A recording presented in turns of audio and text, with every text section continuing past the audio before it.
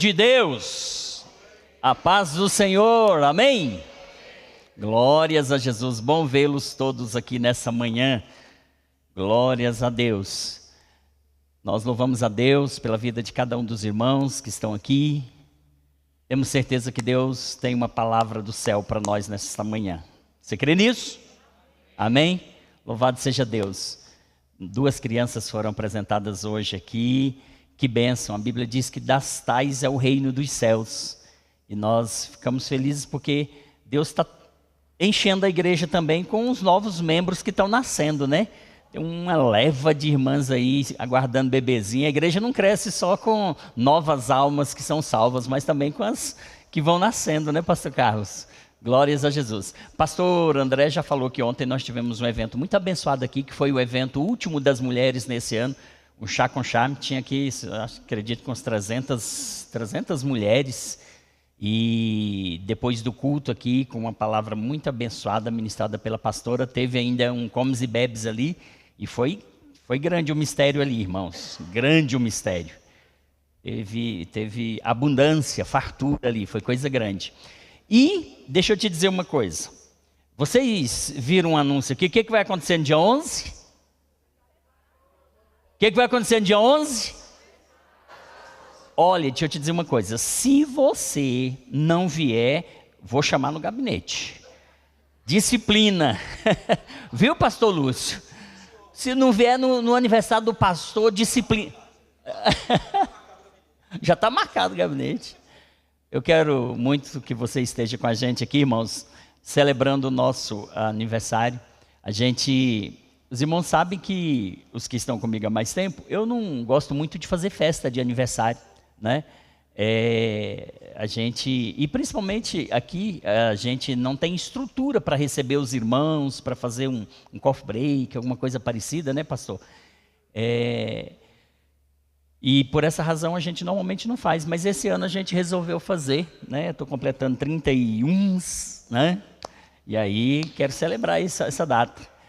Então, você é nosso convidado. Agora, é de extrema importância que, caso você venha, você precisa entrar no aplicativo da nossa igreja e se inscrever lá, tá bom?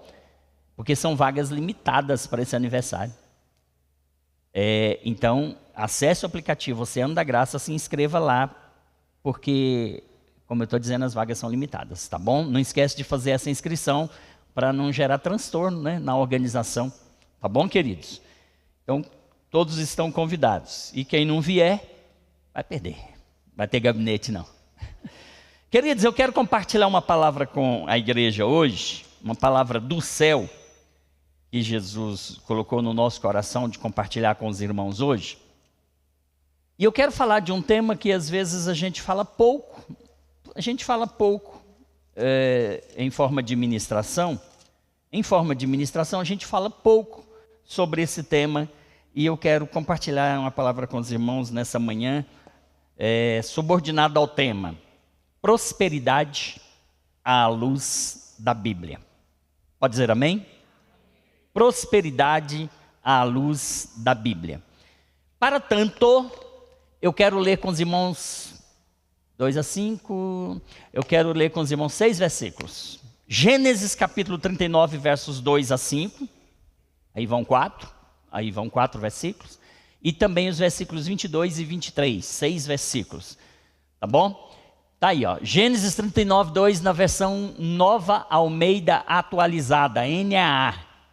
Nos diz assim: o Senhor Deus estava com José, que veio a ser homem próspero, e estava na casa de seu dono, ou de seu senhor egípcio.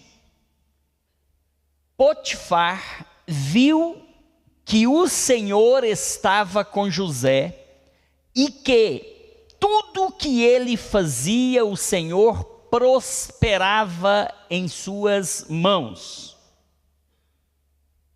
Assim, José achou favor diante dos olhos de seu dono, seu senhor, e o servia. E ele, Potifar, colocou José por mordomo de sua casa e lhe passou às mãos tudo o que tinha.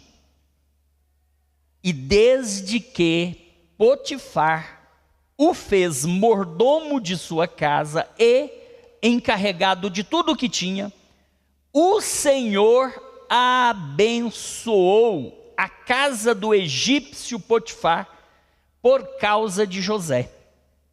A bênção do Senhor estava sobre tudo o que tinha, tanto em casa como no campo. Vamos pular para os versículos 22 e 23 desse mesmo capítulo, os dois últimos.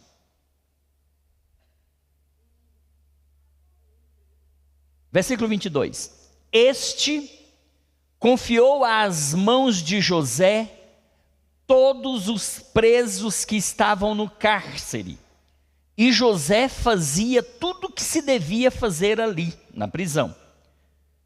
O carcereiro não se preocupava com nada do que tinha sido entregue nas mãos de José, ou às mãos de José, porque o Senhor estava com ele, com José, e tudo o que ele fazia, o Senhor prosperava.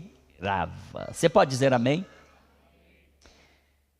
Vocês notaram que na primeira parte do texto lido, os primeiros versículos, a Bíblia diz, no versículo 3, que tudo que José fazia na casa de Potifar, o Senhor prosperava em suas mãos. No último texto que nós lemos, vocês viram também que tudo o que o carcereiro colocou nas mãos de José dentro da prisão, o Senhor também prosperava nas mãos de José. Em outras palavras, onde José colocava a sua mão, havia prosperidade. Onde José colocava a sua mão, havia prosperidade. Eu falei que esse tema que vou falar, prosperidade, à luz da Bíblia, é pouco pregado às vezes nos púlpitos das igrejas, mas eu julgo necessário e de suma importância trazer um ensinamento para a igreja nesta manhã sobre prosperidade à luz da Bíblia. E para começar, eu quero deixar muito claro que prosperidade tem muita diferença de riqueza. Quando se fala de prosperidade, não estamos falando de riqueza. Riqueza é uma coisa, prosperidade é outra. Nem todo mundo que é rico é próspero, mas todo próspero tem a provisão de Deus, ainda que sem riqueza. Então existe uma grande diferença entre prosperidade e riqueza. E eu quero compartilhar então com os irmãos nesta manhã esta palavra, mas os irmãos precisam de ter bem claro em mente que riqueza e prosperidade são coisas diferentes.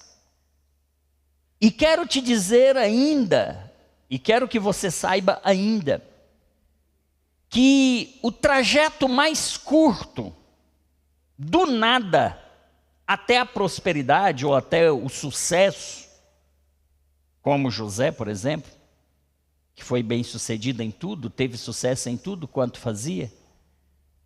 Trajeto mais curto entre o nada e o sucesso, às vezes, passa por tribulação. A Bíblia nos ensina que José foi próspero em tudo. E em tudo quanto José colocava as mãos havia prosperidade. O Senhor prosperava, o Senhor o fazia prosperar.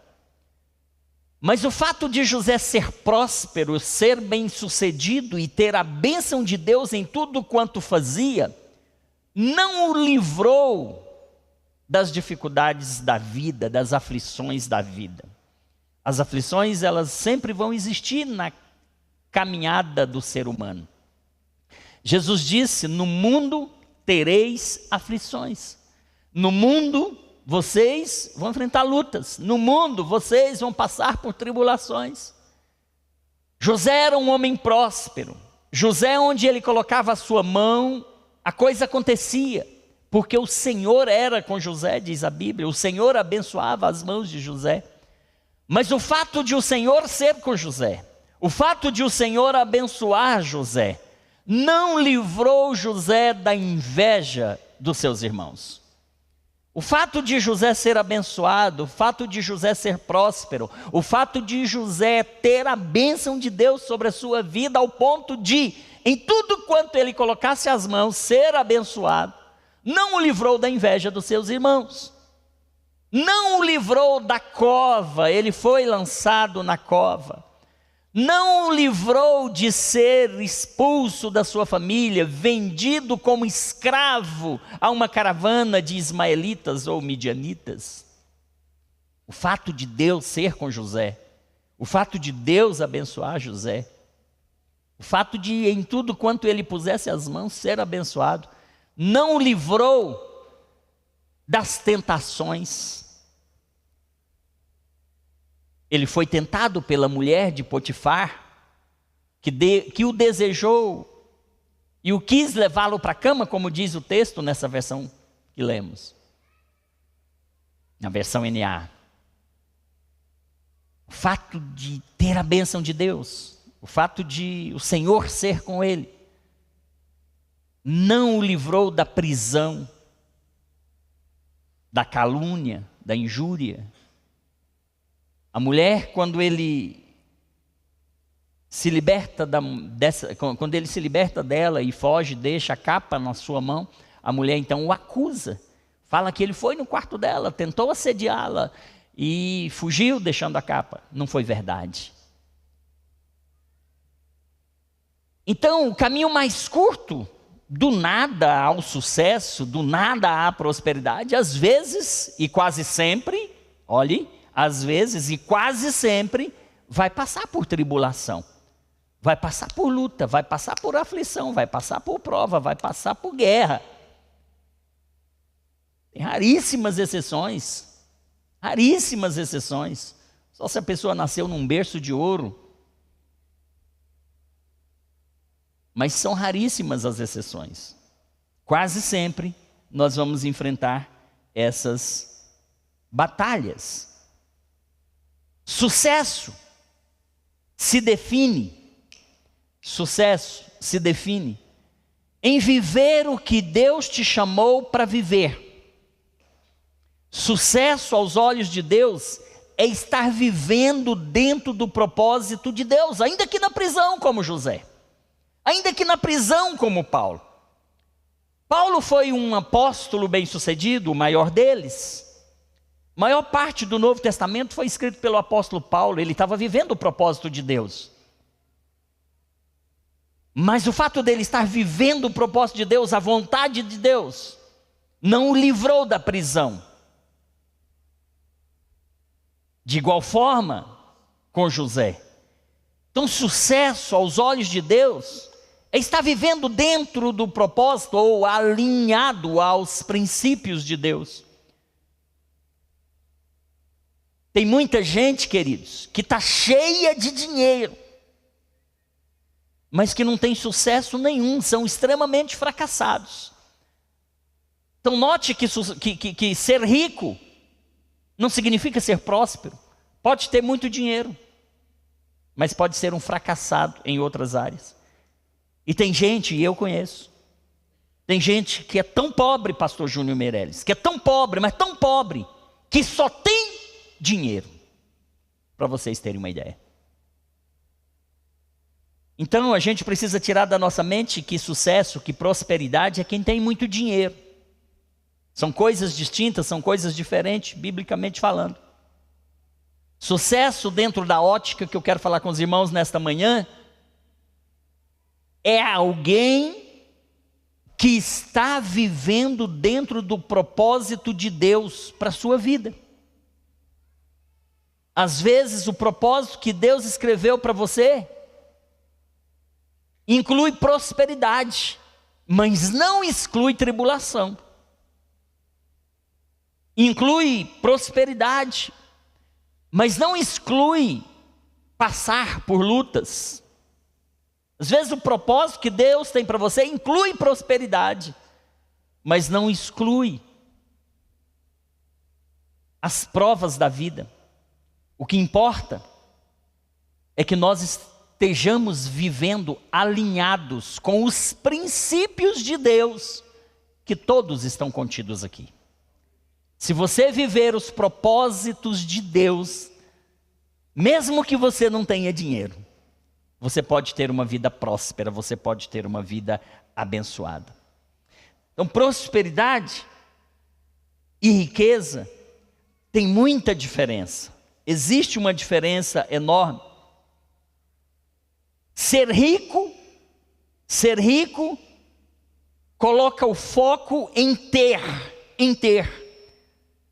Ser rico está ligado ao acúmulo de bens materiais. Ser rico está com foco em ter dinheiro em abundância. Ser rico está ligado ou está relacionado ou focado em ter um patrimônio elevado ou grande patrimônio. Ser rico está ligado a viver um alto padrão de vida. Ser rico está associado a ter muitas conquistas financeiras. É algo externo que se mede em números. A riqueza, ela é circunstancial. Ou a pessoa tem, ou a pessoa não tem, a depender das circunstâncias. Ser rico, riqueza pode ser perdida. Vem uma crise, vem uma falência, vem uma má gestão, uma falta de gestão. E riqueza sem propósito, ela vai produzir orgulho. Riqueza sem propósito vai produzir ansiedade, vai produzir um vazio. Na Bíblia, pessoas ricas não eram necessariamente prósperas. A gente tem, por exemplo, em Lucas, a história de um jovem rico. Ele foi ter com Jesus e ele disse: bom mestre, que farei para herdar a vida eterna? A Bíblia diz que esse jovem era muito rico. E Jesus disse para aquele jovem, no fim desse texto, no fim dessa narrativa: vai, vende tudo que você tem, dá aos pobres, depois vem e segue-me. A Bíblia diz que aquele jovem, ele se entristeceu sobremaneira, e ele saiu, foi embora e não voltou. Porque o seu coração estava colocado na riqueza. E para ele, vender tudo o que tinha e ser generoso dando aos pobres, sem esperar receber retorno, para ele isso não fazia sentido. E ele saiu vazio de Deus. Ele é um exemplo de uma pessoa que tinha riqueza, mas não tinha prosperidade, porque preferiu a riqueza a Jesus. Logo em seguida a esse texto, em Lucas, nós vamos ver a história de um outro homem rico. Eu me refiro a Zaqueu, que a Bíblia diz que também era rico. E esse, diferentemente do jovem rico, ele soube que Jesus passaria por Jericó, e ele, sendo de baixa estatura, ele dá um jeito, ele corre, ele vê uma estratégia, porque ele queria se encontrar com Jesus, ele queria ver Jesus, ao menos ver, e eu acho que ele queria apenas ver, porque ele vai e ele sobe numa árvore, porque ele era pequeno e a multidão era grande. Ele sobe numa árvore, não queria nem falar com Jesus, não queria tocar em Jesus, ele queria apenas ver. Ele sobe numa árvore de sicômoro, lá em Jericó. E quando Jesus vai passando ali naquele lugar, debaixo daquela árvore, acontece um fato interessante, porque ele não chama a atenção de Jesus com gritos, com palavras. O cego Bartimeu, lá em Marcos 10:42, a seguir, fala que quando Jesus ia passando, o cego gritava: Jesus, filho de Davi, tem misericórdia de mim, não é? A mulher cananeia, de igual forma, lá em Mateus capítulo 17, capítulo 15, a Bíblia fala que aquela mulher chegava até Jesus: Jesus, pelo amor de Deus, a minha filha está miseravelmente endemoninhada. Zaqueu, ele está na árvore, mas ele não chama a atenção nesses termos. Zaqueu está lá só observando, ele só queria ver. Mas a atitude dele chama sim a atenção de Jesus. Porque a Bíblia diz que quando Jesus passa debaixo daquela árvore, Jesus olha para cima. Jesus vê Zaqueu. E ele diz para Zaqueu: Zaqueu, desce depressa, porque hoje me convém pousar em sua casa. Quando Jesus vai à sua casa, e Zaqueu tem esse encontro presencial, particular com Jesus, o próprio Zaqueu, diferentemente do que aconteceu com o jovem rico, o próprio Zaqueu vai dizer: Senhor, olha, eu quero vender tudo que eu tenho, e eu quero devolver 4 vezes mais aquelas pessoas que porventura eu tenha defraudado. Ele abriu mão da riqueza, ele abriu mão de tudo, e ele distribuiu para os pobres, ele distribuiu para aqueles que tinham necessidade. Aí Jesus disse: hoje, verdadeiramente, houve salvação nessa casa. Note a diferença, né? Então nem sempre ter dinheiro significa ser próspero, porque aquele jovem rico, ele tinha dinheiro, mas ele abriu mão da prosperidade que há em Deus. Já o outro, ele abriu mão do dinheiro para a prosperidade que há em Deus. Então ser rico tem a ver com focar em acumular bens materiais. Já, diferentemente de ser rico, ser próspero, o foco não está no ter, o foco está no ser. Ser próspero significa viver em um estado de equilíbrio, um estado de favor e plenitude. E esse estado de equilíbrio, favor e plenitude inclui saúde emocional e espiritual. Esse foco em ser, tendo um estado de equilíbrio, favor e plenitude, vai estar falando de ter uma família em paz, de ter relacionamentos saudáveis, de ter uma vida com propósito, de ter provisão contínua, de ter sabedoria na administração, como aconteceu com José, e nós vamos falar daqui a pouco. Tem a ver com a graça de Deus que abre portas onde nem existe paredes. Tem a ver com o descanso da alma, confiar no Senhor, depender do Senhor, crer e esperar no Senhor. Tem a ver com alegria, tem a ver com contentamento. É algo interno, diferentemente do ser rico, porque o ser rico é algo externo, mas ser próspero é algo que vem de dentro, é algo interno. Então, prosperidade é viver bem em todas as áreas da sua vida. Prosperidade não depende apenas de dinheiro, mas de alinhamento com os princípios de Deus. Prosperidade é fruto de princípios, não apenas de circunstâncias. Os irmãos estão me entendendo? É um ensinamento, é uma aula, não é pregação, é diferente. Então, eu estou diferenciando para os irmãos o que é prosperidade, o que é riqueza. Muita gente rica não é próspera. Existem pessoas milionárias com as famílias, por exemplo, destruídas. Existem empresários estressados, empresários sem paz, gente com dinheiro, mas com dependências e vícios, pessoas que vivem preocupadas em perder o que têm. Se a bolsa de valores cai um pouquinho, perde alguns pontos, a pessoa já se desespera, não dorme. Então tem gente que tem tudo, tem muito dinheiro. Me ajuda aí, pastor, deixa eu mais bonito na foto, por favor. Está horrível. Ô, pastor, obrigado. Ainda bem que eu tenho um pastor André aqui, irmãos. Vai receber um galardão lá no céu, só para cuidar aqui da minha aparência aqui, ó. Gente, tem gente que tem muito dinheiro, mas não tem felicidade. De que adianta? Obrigado, pastor André. De que adianta? Eu, de quando em vez, conto um testemunho aqui de um padrinho de casamento que eu tive. Quando eu me casei, eu trabalhava na Caixa há 3 meses. Eu entrei na Caixa em 89 e eu casei em abril de 90. Mais de 3 meses, né? Na verdade, 5 meses. Entrei em dezembro de 89, casei em novembro. Mas, de 86 a 88, eu era responsável pelo departamento pessoal de uma empresa, tinha cerca de 100 funcionários, aqui nas QI de Taguatinga. E o dono dessa indústria era muito, muito próspero financeiramente, muitas empresas, muitas fazendas, muito gado. O estado de Goiás aqui tinha as fazendas que era muito, muito, muito gado, muitas propriedades, muito dinheiro, muito, muito dinheiro. Quando eu entrei para a Caixa, eu pedi demissão lá. Fazia 3 meses, eu casei 5 meses depois que entrei na Caixa. Tinha 5 meses que eu tinha deixado a empresa dele, ele foi meu padrinho de casamento.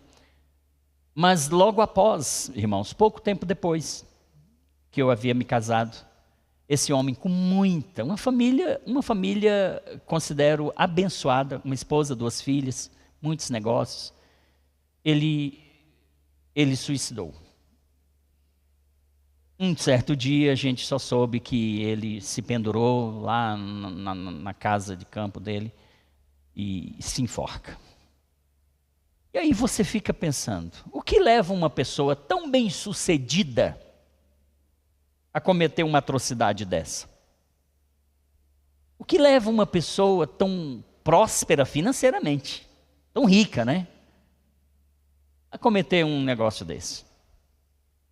Dinheiro não resolve os nossos problemas. Dinheiro é bom. Dinheiro é muito bom. Dinheiro ajuda a resolver muitos problemas. Mas dinheiro não compra saúde. Dinheiro não compra felicidade. Dinheiro não compra paz. Essas coisas você vai encontrar em Deus. É Deus que tem todo o poder e cura toda a enfermidade. É Deus que nos traz ou nos dá felicidade. É Deus que resolve os nossos problemas interiores. O dinheiro resolve o externo, mas o interno, a mente em paz, o sono tranquilo, só Deus, irmãos. Então, tem muita gente rica que não é próspera.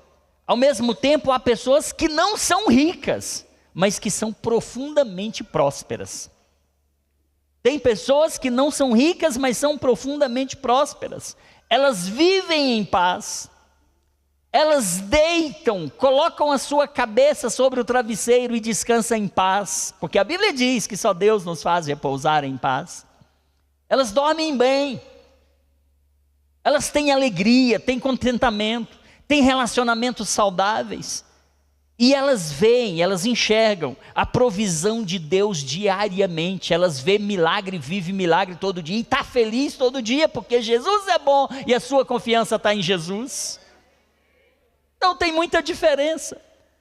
Na visão bíblica, riqueza tem a ver com bem material, e prosperidade tem a ver com uma vida plena debaixo da bênção de Deus. Você pode dizer amém?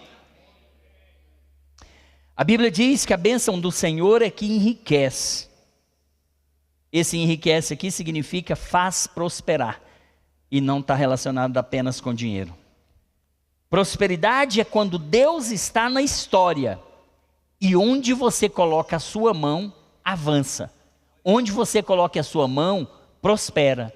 Onde você pisa a planta do seu pé, acontece. Isso é prosperidade.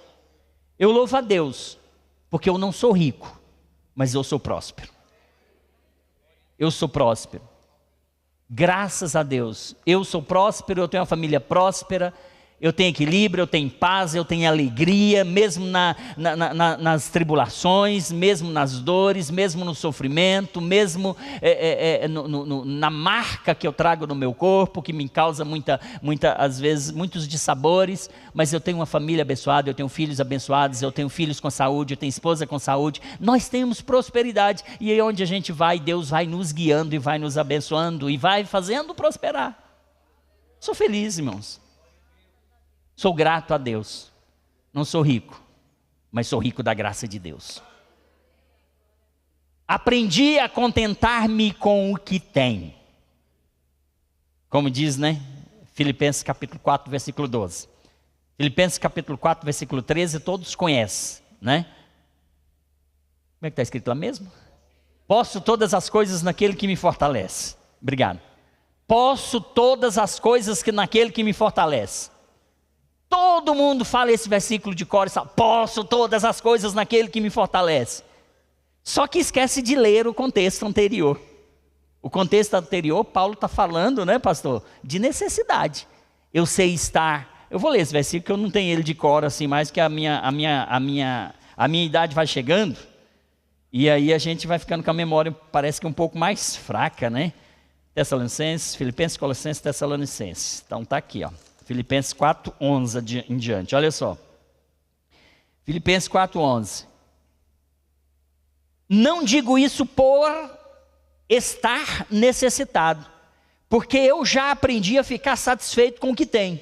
Eu sei viver na necessidade e também a ter fartura. Aprendi o segredo de viver em qualquer situação, de estômago cheio, de estômago vazio, com pouco ou com muito. Por quê? Porque posso todas as coisas naquele que me fortalece. Então, se eu posso tudo em Deus que me fortalece, eu estou preocupado de ter ou não ter, não. Está aí, né? Ele nos fortalece, Ele vai nos dar graça, Ele vai ser o nosso provedor, Ele vai nos dar o pão de cada dia. Com isso não estou dizendo que você deve ficar acomodado na omissão, na sua zona de conforto, e que você deve ficar deitado no sofá o dia todo de barriga para cima, só trocando o controle ali, né?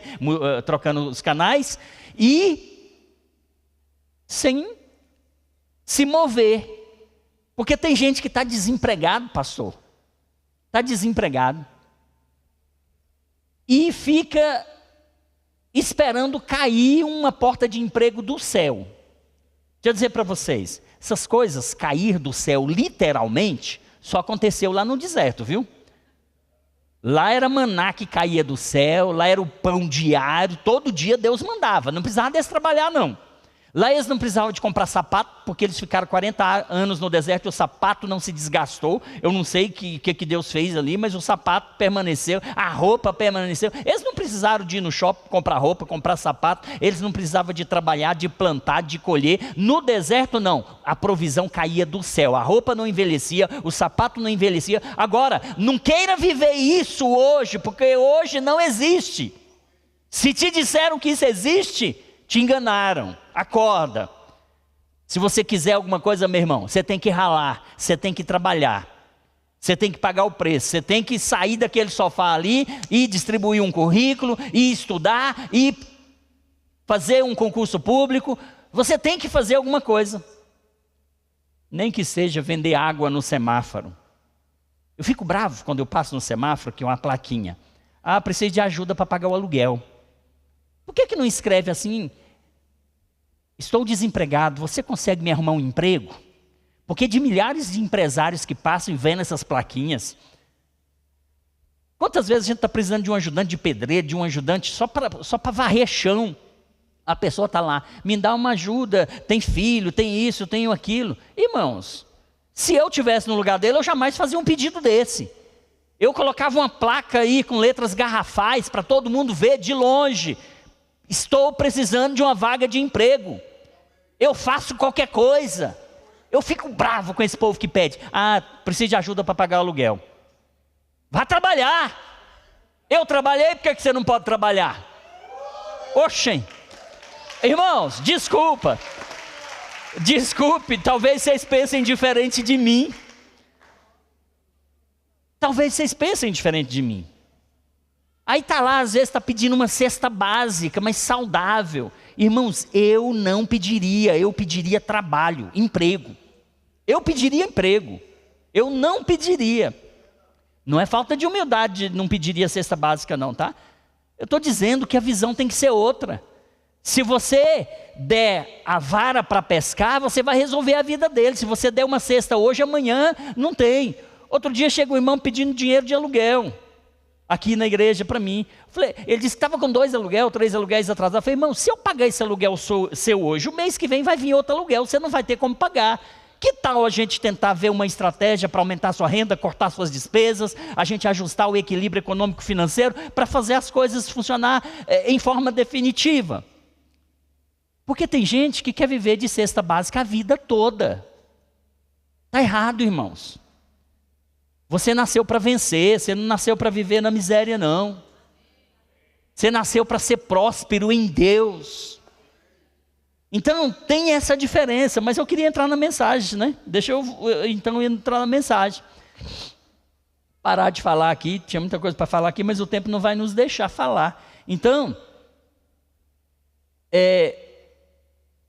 só para resumir na parte que eu estava falando, é o seguinte: para a gente viver uma prosperidade verdadeira, a gente tem que reconhecer que tudo vem de Deus. É um princípio. Nós temos que reconhecer que tudo vem de Deus.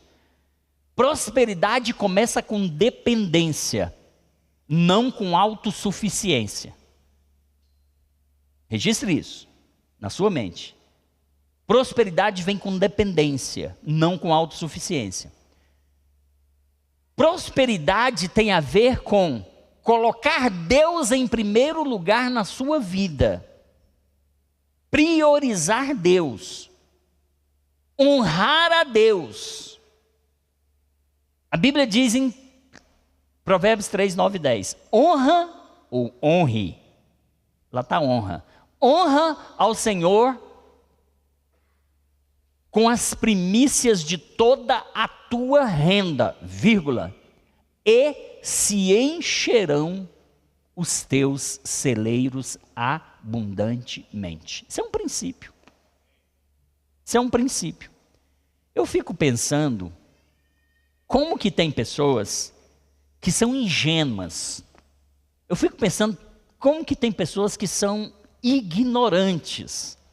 Porque se a palavra de Deus está dizendo, honra a Deus com primícia, e vai encher abundantemente, vai ter fartura.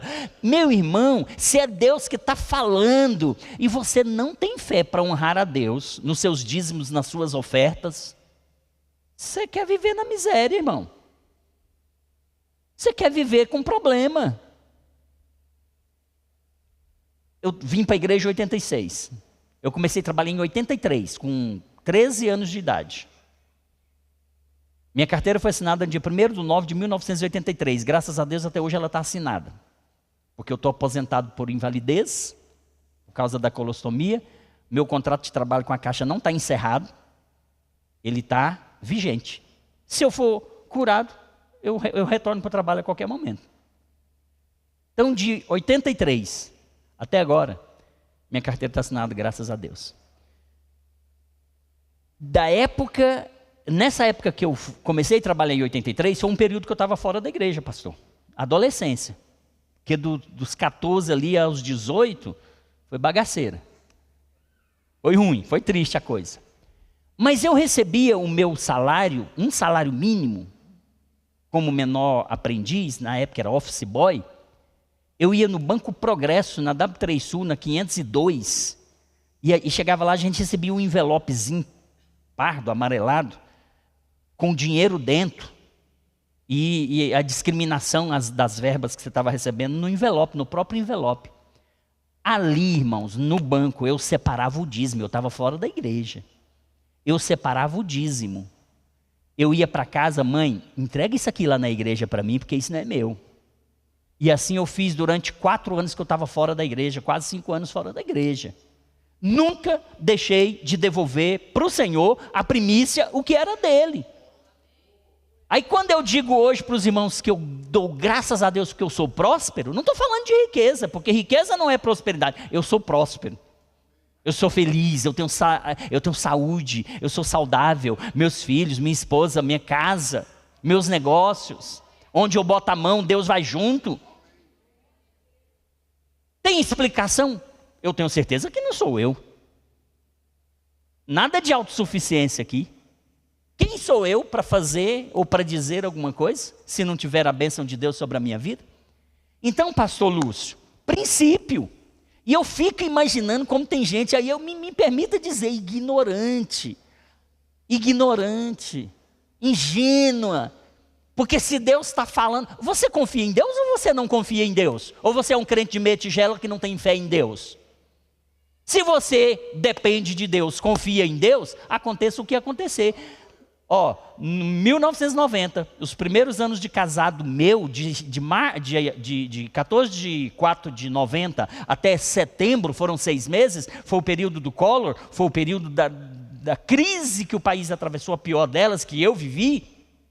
Eu passei por momentos difíceis, que o que eu recebia não dava para pagar, pastor, 10% dos compromissos.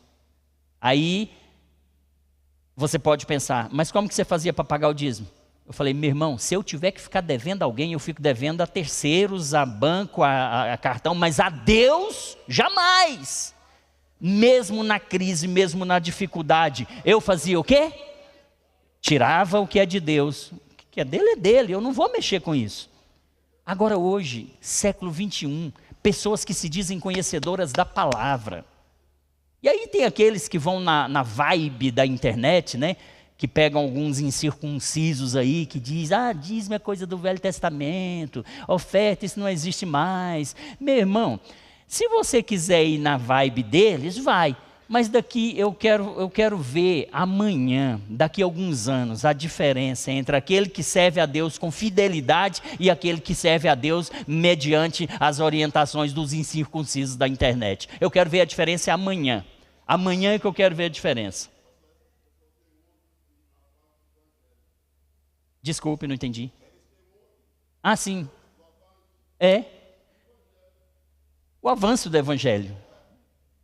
Tem ódio do avanço do evangelho que ele está dizendo, essas pessoas. Mas assim, estou falando de experiência minha e eu prego o que eu vivo, tá? Se você não pensa diferente, quer proceder diferente, siga no seu caminho. Siga no seu caminho, siga nessa vibe aí. Então, princípios. Reconheça que tudo vem de Deus. Coloque Deus em primeiro lugar. Seja fiel nos princípios. Diligência, integridade, fé, generosidade, boa administração, gratidão, tudo isso. Ande debaixo do propósito. A prosperidade acompanha quem vive na missão de Deus. A prosperidade acompanha quem vive vida alinhada com princípios de Deus. Prosperidade acompanha pessoas que estão com princípios alinhados com Deus. Só para a gente fechar essa parte aqui, que eu queria entrar na mensagem lá de José. Não está tendo jeito. Riqueza é medida por números. Prosperidade é medida por frutos. Guarde isso. Riqueza é medida por números. Prosperidade é medida por frutos. Riqueza pode acabar. Prosperidade vai permanecer. Riqueza é quem tem muito. Prosperidade é quem tem Deus. Quem tem Deus pode não ter riqueza, pode não ter nada, mas você tem tudo. Riqueza dá conforto. É boa. Eu queria ser rico.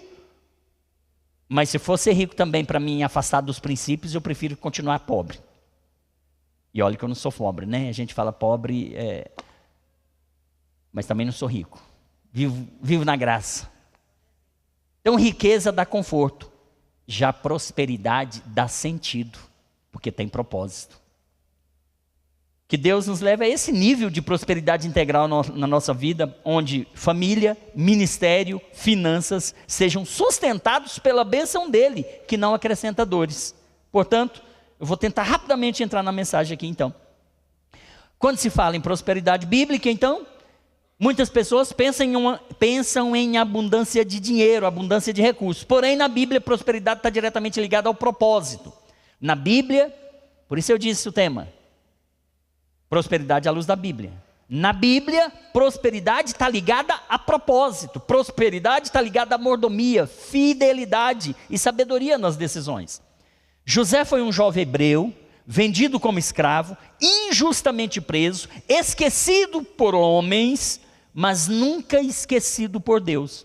E em cada etapa da vida de José, ele demonstrou princípios espirituais e financeiros que o levaram a ser o maior administrador da sua época, governando o Egito e salvando nações inteiras da fome.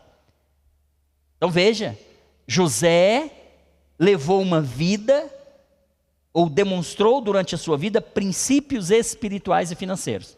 Você quer ser próspero como José? Se atente para os princípios. Se atente para o alinhamento com a palavra de Deus. Então vamos lá. Primeiro, a prosperidade de José começa no caráter. Falando de princípio. A prosperidade de José começa no caráter, antes de chegar nas finanças.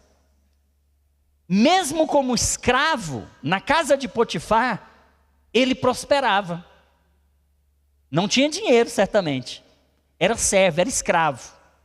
Fazia os piores serviços do seu senhor, da casa do seu senhor. Mas o Senhor prosperava José. O Senhor era com José. A prosperidade de José não começou no palácio, mas começou na integridade do seu coração. Ele administrou muito bem a casa de Potifar. E por isso Deus confiou muito a ele. Lembra do texto? Foste fiel no pouco, sobre o muito eu te colocarei. Ele administrou primeiramente a casa, era apenas uma casa. E ali ele demonstrou o seu caráter. Porque quando a esposa de seu senhor tentou ficar com ele, ele preferiu honrar a Deus, honrando o seu senhor. Ele disse para aquela mulher, para Potifera lá: olha, o meu senhor me colocou como gestor de tudo aqui nessa casa. Tudo aqui nessa casa ele colocou nas minhas mãos. Somente você, Potifera, ele não colocou nas minhas mãos. Então fique aí que eu estou fugindo. Eu estou indo embora. E ele foge para não desonrar o seu senhor. Princípio de fidelidade, princípio de honra, princípio de honra a Deus, de fidelidade a Deus. Então ele foi fiel no pouco, para depois vir a governar o Egito. Ele foi fiel no palácio, na casa de Potifar, para depois ir ao palácio. Ele não foi direto para o palácio. Então a prosperidade dele começa no caráter, princípio. Se você quer ser próspero, tenha princípios na sua vida. Siga os princípios de Deus na sua vida. Como que você vai ser próspero no casamento, por exemplo, se você é um adúltero, se você é uma adúltera, se você é um infiel, se você é um desleal, se você não cumpre com os votos que você fez diante do altar? Prometo amar, prometo honrar, prometo respeitar, prometo ser-lhe fiel em tudo enquanto tiver vida. Aí você quebra os votos, você quebra os princípios. Como que você quer ser próspero no seu casamento, se você não é fiel ao seu marido, se você não é fiel à sua esposa? Se você quebrou os princípios, quebrou princípios, já vai dificultar a prosperidade. Nesse exemplo que eu estou dando, no casamento, não vai ter prosperidade no casamento, se você quebra princípios. José foi fiel, honrou, foi leal. Então, prosperidade começa no caráter, antes de chegar nas finanças. Deus prospera primeiro o caráter, depois a conta bancária. Se você não quer viver os princípios, se você não quer fazer a vontade de Deus, se você não quer viver alinhado com a vontade de Deus, possa ser que a prosperidade não vai chegar em sua vida. Sem caráter, a prosperidade vai virar destruição. Com caráter, a prosperidade vai virar uma missão. Vai virar uma missão porque tem propósito. Portanto, honre a Deus em tudo. No trabalho, nos contratos, nas dívidas, na integridade. Quem é fiel no privado, Deus vai honrar no público. Seja fiel no privado, Deus vai te honrar no público. José, então, Antes de ser próspero nas finanças, ele foi próspero no caráter. Prosperidade vai exigir excelência e vai exigir competência. José foi promovido 2 vezes antes de chegar ao palácio. Na casa de Potifar, ele era apenas um escravo. Mas ele tornou-se administrador da casa. Porque mesmo quando escravo, quando não tinha nada, ele era uma pessoa competente, disposta, disponível, que ia atrás, que fazia. Certamente ele mostrava valor, ele demonstrava valor. Certamente ele demonstrava serviço. Certamente ele demonstrava empenho no que fazia. E ele fazia com excelência o seu serviço de escravo, ao ponto de o seu senhor Potifar ver excelência no serviço de escravo que ele fazia. Ele só foi promovido a chefe da casa de Potifar, administrador da casa, porque o serviço de escravo, o limpar chão, o carregar piano, ele fazia com excelência. Quem faz com excelência vai ser enxergado. Quem faz com excelência vai ser visto. Quem faz com excelência vai ser promovido. Quem faz com excelência vai subir de posição. Prosperidade exige então competência e excelência. José foi promovido na casa de Potifar. Teve o episódio da calúnia, a mulher de Potifar o acusa injustamente. Ele vai parar na prisão. Mas no cárcere, na prisão, também ele vai ser promovido. Por que José é promovido no cárcere? Certamente porque, mesmo como presidiário, ele fazia as coisas ali com excelência. Talvez ele honrava o carcereiro, ele era fiel ao carcereiro, ele era leal ao carcereiro.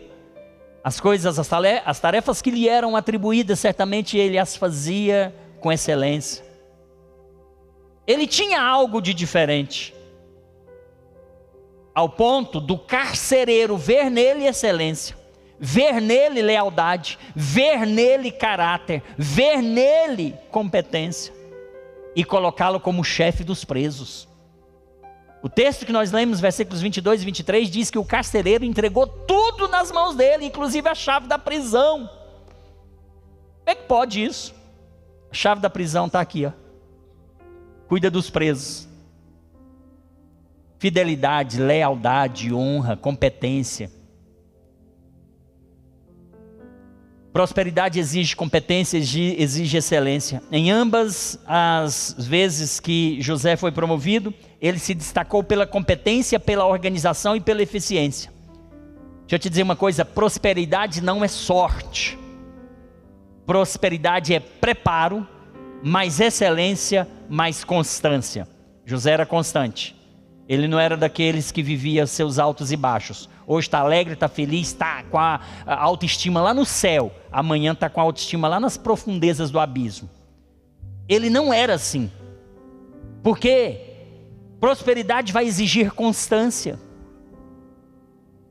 Vai exigir preparo e vai exigir organização. Então prosperidade não é sorte. Desenvolva habilidades. Seja excelente no que faz. Quem entrega mais do que o esperado, colhe mais do que os outros.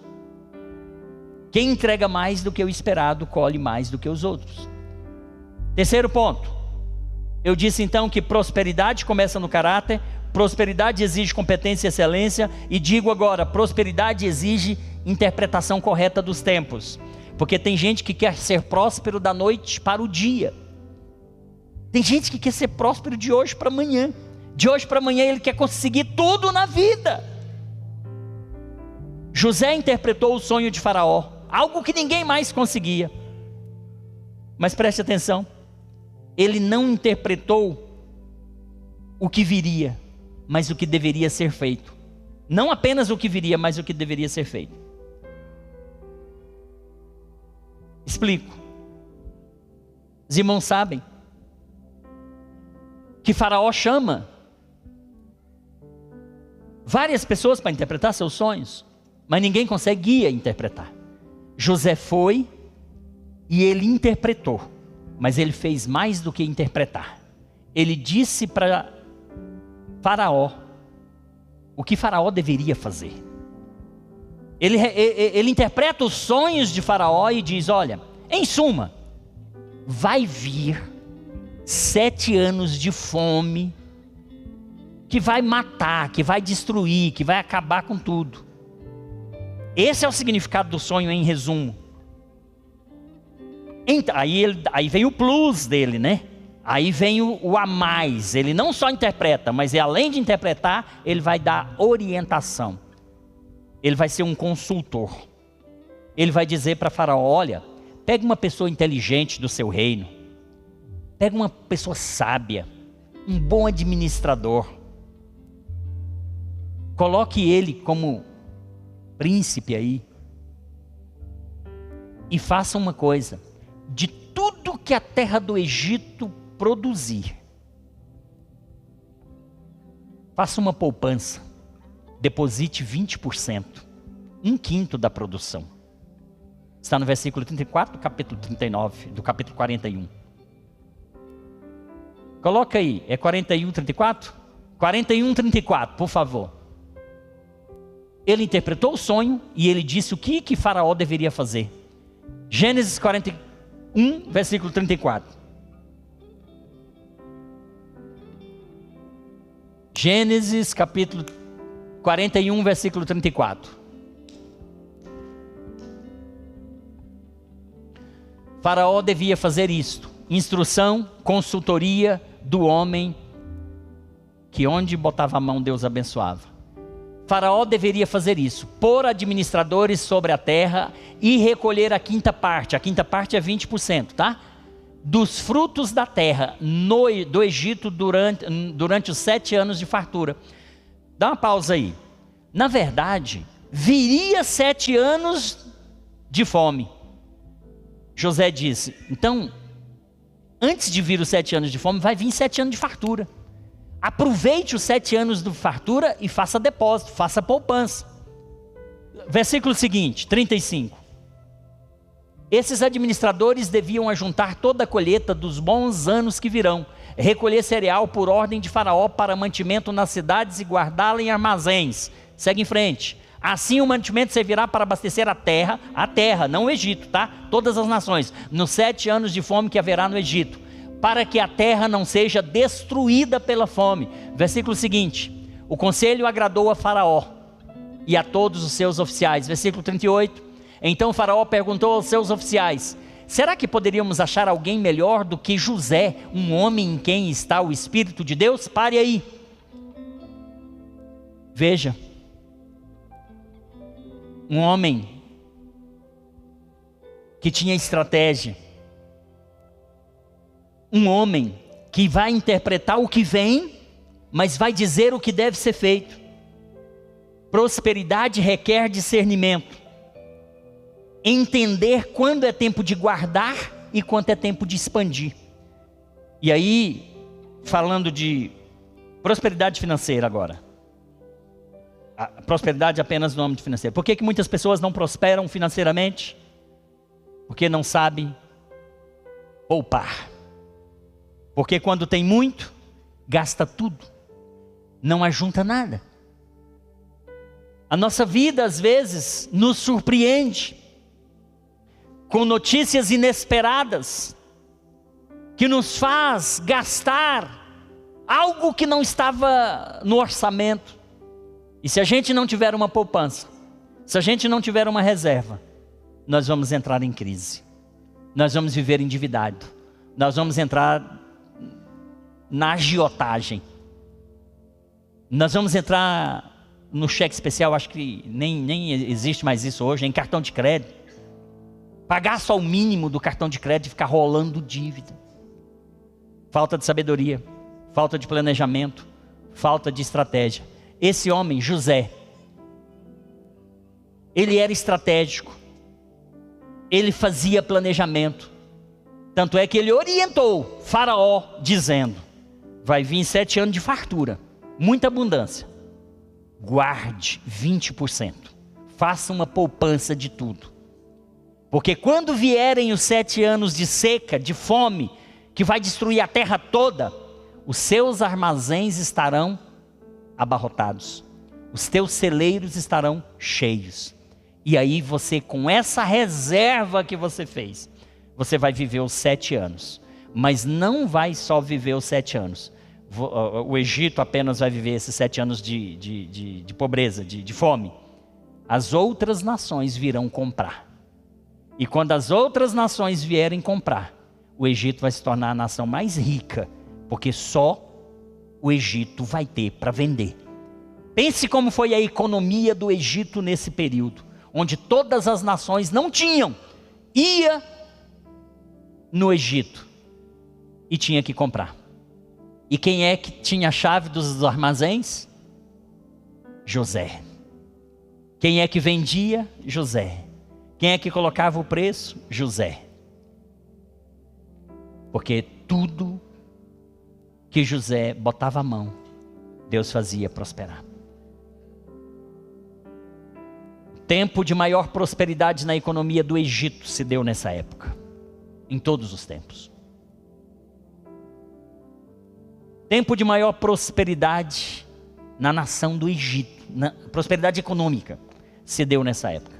7 anos de pobreza nas outras nações. 7 anos de abundância dentro do Egito, onde todo mundo vinha comprar no Egito. Porque Deus abençoava um homem que tinha princípios. Porque Deus abençoava um homem e o fazia prosperar. Então prosperidade exige interpretação dos tempos. Porque José disse, vai vir abundância, mas vai vir escassez. Então junte no tempo de abundância, para ter no tempo de escassez. A Bíblia diz, em Provérbios capítulo 21, versículo 20. O sábio economiza e tem sempre bastante comida e dinheiro em sua casa. Mas o tolo gasta todo o seu dinheiro assim que recebe. Quer aprender com Salomão? Bota esse versículo aí, está aí. Na casa do sábio há tesouros preciosos e o suficiente para viver. Mas o tolo desperdiça tudo que tem. Essa é a versão NAA, né? Mas numa outra versão, está dizendo do jeito que eu estou falando para você aqui. Ó. O sábio economiza, tenta achar essa versão aí, por favor. O sábio economiza e tem sempre bastante comida e dinheiro em sua casa. Mas o tolo gasta o seu dinheiro assim que recebe. Sabe quando a pessoa recebe o salário e não dá para pagar as contas, porque já gastou antes de receber? Isso é tolice. Isso é burrice, com muito respeito. E desculpe a palavra, o adjetivo. Isso é burrice. Gastar antes de receber o total. E um fato superveniente que aconteceu, uma enfermidade, uma doença, uma criança que tem que ir no hospital. E um fato superveniente que encostou o carro ali, tem que consertar o carro. Aí tem que deixar o carro parado aí 2 meses para esperar receber os próximos 2. Às vezes deixa parado o carro 1 ano, porque o salário dos próximos 12 meses já está todo gasto. Tolice. Quem está falando sou eu não, tá? Está na Bíblia. Tolice. O tolo gasta todo o seu dinheiro assim que recebe. E aí tem o dobro, o tolo ao quadrado, que é o mais tolo ainda. Que ele não gasta assim que recebe. Ele gasta antes de receber. Já faz a dívida por conta. Então, irmãos, 12:30 a gente tem que encerrar. Vocês fiquem de pé, por favor, senão não paro. Prosperidade exige planejamento e estratégia. José, olha o planejamento. Em outra oportunidade aqui, quando eu falei sobre finanças, eu disse que nós, no nosso orçamento familiar, a gente tem que ter o cuidado para equilibrar receitas e despesas. A gente tem que ter esse equilíbrio econômico-financeiro na nossa casa para a gente não entrar em situação financeira difícil. E eu falei que os irmãos precisam planejar, precisam fazer uma planilha do que gasta, do que entra, do que sai, para você ver para onde está indo o dinheiro. Eu escuto muito, e confesso para você, eu já falei essa frase no passado. Eu não sei para onde vai o meu dinheiro. Pastor André, eu já falei muito essa frase no passado. Eu não sei para onde vai o meu dinheiro. Eu recebo salário, parece que estou recebendo salário num saco furado, conforme diz lá em Ageu. Bota em cima, vaza embaixo e parece que vai pelo ralo. Mas hoje, eu ouço muitas pessoas falando isso. Eu não sei para onde vai meu dinheiro. Eu não sei o que eu faço com o meu salário. Eu não compro nada novo, eu não compro nada para minha casa, eu não compro uma roupa nova, eu não faço uma poupança. Mas quando eu recebo, o dinheiro não dá para nada. Falta de planejamento. Falta de planilha. Falta de planilha. Em tempos de modernidade, o casal não pode deixar de ter uma planilha em casa. Não pode deixar. Se você quiser viver na miséria, vai gastando sem saber com o que você está gastando, que você nunca vai saber. Escreve tudo na sua planilha. Faça uma programação financeira. Quanto tem que pagar, o dia que tem que pagar. Se você fizer a sua programação financeira do mês, no primeiro dia do mês você já sabe quanto que você vai gastar durante o mês e quanto que você tem que ganhar naquele mês. Se você observar que o que você vai receber é menos do que o que está na planilha que você tem que pagar, você tem que cortar alguma coisa. Meu filho vai lá, corta a Netflix, vai lá, corta a internet, fica sem televisão 30, 60, 6 meses. Ah não, mas é tão ruim ficar sem um filme em casa. Então fique com as dívidas aí. Então fique na miséria aí. Um dia, quando a gente foi construir essa igreja, eu vendi uma L200 que eu tinha, e o dinheiro foi aplicado aqui na igreja. Fiquei uns 3 ou 4 anos andando num golzinho. E algumas pessoas chegavam para mim: pastor, você andando de Gol, pastor, desceu o nível, pastor. Não, pastor presidente tem que andar num carro. E queria, vamos lá, pastor, a gente financia em 60 meses. Um dia um dos pastores aqui, estava numa loja de veículos aqui. Pastor, estou aqui, já conversei com o gerente, já está tudo acertado, já escolhi o carro, você pode vir aqui comprar. A prestação, pastor, vai ser só 4 mil por mês. Aí eu falei: meu filho, agradeço ao gerente aí, mas eu estou muito bem, eu não tenho condição agora, eu vou continuar com o meu golzinho aqui. Fiquei 4 anos andando no golzinho, irmãos, duro, sem ar-condicionado, sem nada, mas um bocado de gente falando isso para mim: pastor, não, pastor presidente, não pode andar assim de qualquer jeito não, se você for dar uma carona para alguém, vem um pregador, você precisa botar no carro, sem... Falei: irmão, tem muitos irmãos bem sucedidos na igreja, eu peço ajuda aos irmãos, os irmãos levam no hotel, traz no hotel, leva no restaurante. Irmãos, eu vou viver a minha vida para impressionar os outros?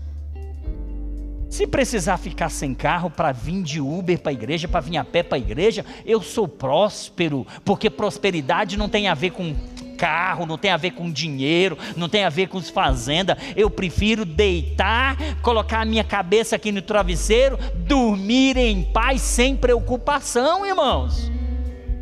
Aí as pessoas querem viver por aparência, Júnior. Ah não, você tem que trocar esse carro aqui, né? Porque todo mundo lá na igreja tem um carro bom. Todo mundo lá na igreja, a gente vai no estacionamento da igreja, só tem carrão, e eu chegar nesse carrinho aqui, irmãos, meu primeiro carro foi uma Brasília com assoalho todo furado, que quando chovia mais, entrava mais água, parece que era um dilúvio dentro do carro, irmãos. E eu estou preocupado de querer ter para impressionar as pessoas? Jamais. Se precisar, faça planilha. Se precisar, corta o que tiver de cortar. Não corta alimentos. Coma bem, viva bem nesse aspecto. Mas corte tudo, irmão. Corte tudo. Faça planilha. Por isso que tem muita gente hoje com dificuldade financeira, porque não faz planilha, não controla, não faz planejamento. E aí, você sabe o que os crentes fazem? A maior parte dos crentes fazem. E eu já disse o meu testemunho aqui como que era lá no início. A maior parte dos crentes, pastor, faz a planilha. Quando tem a planilha e vê que não vai dar para pagar todas as contas, a primeira coisa que ele corta, o que é? O dízimo. Se arrebentou. Acabou de fazer a maior besteira da vida. Acabou de dizer eu não dependo de Deus, eu vou me virar aqui e com o que eu ganho eu vou pagar, eu vou trabalhar. Irmão, quando você entrega a primícia, quando você não corta, como eu não cortei lá no passado, já disse para os irmãos aqui, você está dizendo para Deus: Deus, eu vou entregar o dízimo, vai faltar aqui na outra ponta, mas o Senhor é o Deus que pode todas as coisas. O Senhor vai abrir uma porta, um milagre vai acontecer, e Deus vai te abençoar, por conta da sua fidelidade, porque você está honrando a Deus. Mas acredite, os crentes hoje estão endividados, os crentes estão com as despesas maior do que as receitas, porque cortaram o dízimo, porque esse princípio de fidelidade e honra a Deus, eles não estão vivendo. Falei para os irmãos que para você viver uma vida como José, onde tudo que ele botava a mão prosperava, depende de viver uma vida de princípios. Então, faça a planilha. Se você tiver fé, eu, graças a Deus, modéstia à parte, pastor, eu vivo por fé. A minha fé é inabalável. Eu vejo o que não existe, eu tomo posse do que não existe, e Deus sempre honra a nossa fé. José era um homem próspero. Deus abençoava onde ele colocava a mão. Deus o fazia próspero, mas ele vivia uma vida de princípios. Se você viver uma vida de princípios, eu desafio você a daqui a alguns meses chegar para mim e falar: pastor, eu vivo princípios, mas Deus não tem me honrado. Ou Deus vai te honrar, ou Deus vai te honrar, porque Deus, Ele não muda a sua palavra. A sua palavra é fiel, o que Ele disse cumpre, Ele não é homem para que minta. Então eu creio, irmãos, nessa palavra, sem nenhuma sombra de dúvidas. Deixa eu orar por você para a gente encerrar, senão vocês não vão almoçar hoje. Tem alguém aqui nessa manhã nos visitando, quem sabe está aqui pela primeira vez, e que queira entregar a sua vida para Jesus, reconciliar com Jesus? Talvez não era essa palavra que você queria ouvir hoje, mas talvez é a palavra que você precisava ouvir. Quando a gente vem à igreja, não é para ouvir o que a gente quer, mas é o que Deus tem para falar com a gente. E o que Deus tinha para falar com você hoje, era essa palavra. Talvez ela não serve para você hoje, mas receba ela como antídoto, receba ela como vacinação, como instrução, para caso você necessite dessa palavra amanhã, você se lembre dela, tá bom? Tem alguém aqui nessa manhã que quer receber Jesus em sua vida como Salvador, quer entregar sua vida para Jesus? Se tem, faça o sinal, eu quero orar por você. Se não tem, eu quero orar por você que não faz planilha. Eu quero orar por você que não faz planejamento. Eu quero orar por você que tem tido dificuldade de honrar a Deus, porque olha para a planilha, olha para os gastos, para as despesas e pensam: ah, se eu pagar o dízimo, eu não vou dar conta de pagar essa conta. Eu quero orar por você, para Deus mudar essa mentalidade e fazer você entender que a gente só está vivo porque o nosso Deus nos sustenta. A gente só tem o que tem porque Deus nos deu. A gente só tem o que tem porque Ele é bom. Amém? Vamos orar por prosperidade nessa manhã. E não estou falando de riqueza, eu estou falando de prosperidade.